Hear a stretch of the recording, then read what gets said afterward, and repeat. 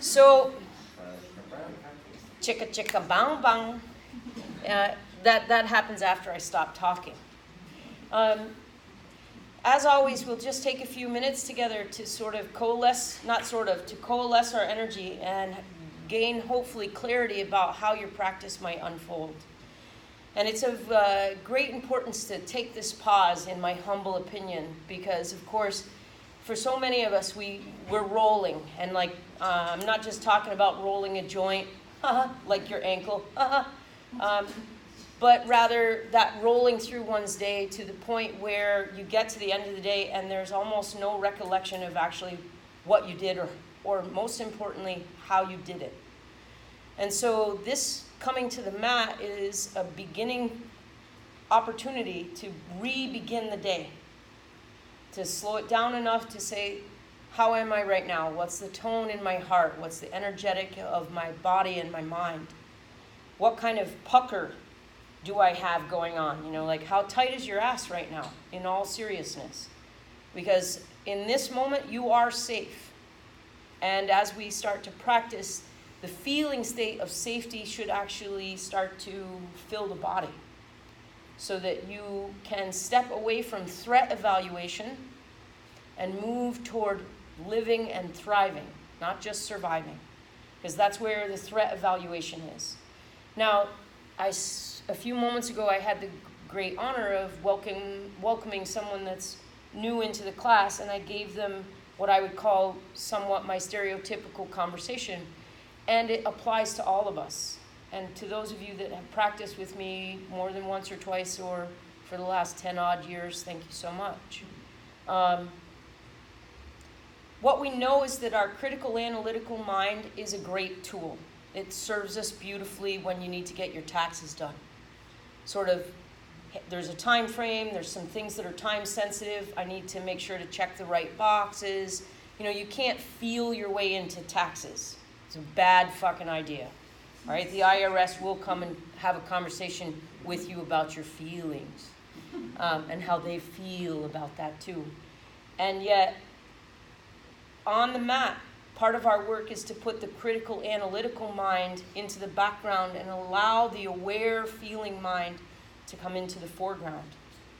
And so the reality is observation without evaluation. Krishnamurti brought this to the world as a technique that we are here to witness and to be in that space of, I'm not deciding in that split second, is this something I want or don't want? Push it, pull it, push it, pull it.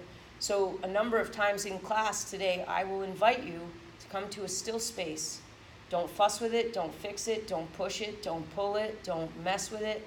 Don't ball sack adjust, don't, hairs in the face, whatever it is, boob is in the wrong spot.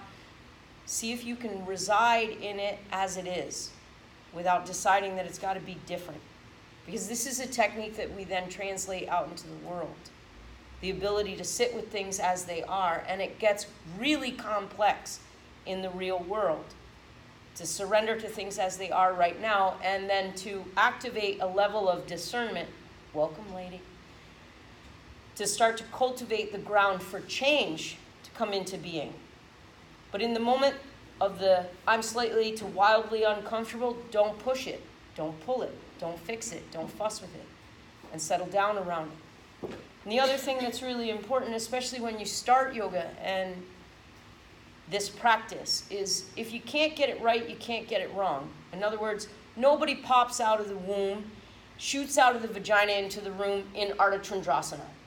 Nobody pulls Trikonasana out of their ass at year one. It's something that you actually sort of organically and can functionally learn what's the best alignment for your body over time. So if I have the opportunity to put my hands on you today, this isn't about your posture's wrong. My work is to illuminate how you can feel into it, not how you can correct it or make it right, which is also part of our work off the mat, when we contact one another. This is the big takeaway. How can we come into relationship with one another where we're not fixing somebody else? We're not asking them to be different for us. How can we illuminate the connection that we can have? Instead of trying to fix it, get it right, make it better, make it more comfortable for you. So learning how to reside in discomfort and stay connected is the thing that we most can take into the world as an applicable skill. So in this moment, practice when we're together. And I'm going to give you plenty of physicality to lean into to find some discomfort, I promise, right? Many of you have practiced and you're like, yeah, back that shit down. But the idea that we utilize the asana in this moment not as a way to perform, look at me, how perfect am I? But rather, here I am leaning into something that's awkward, weird, uncomfortable. Maybe I'm right away uprises a sense of inadequacy.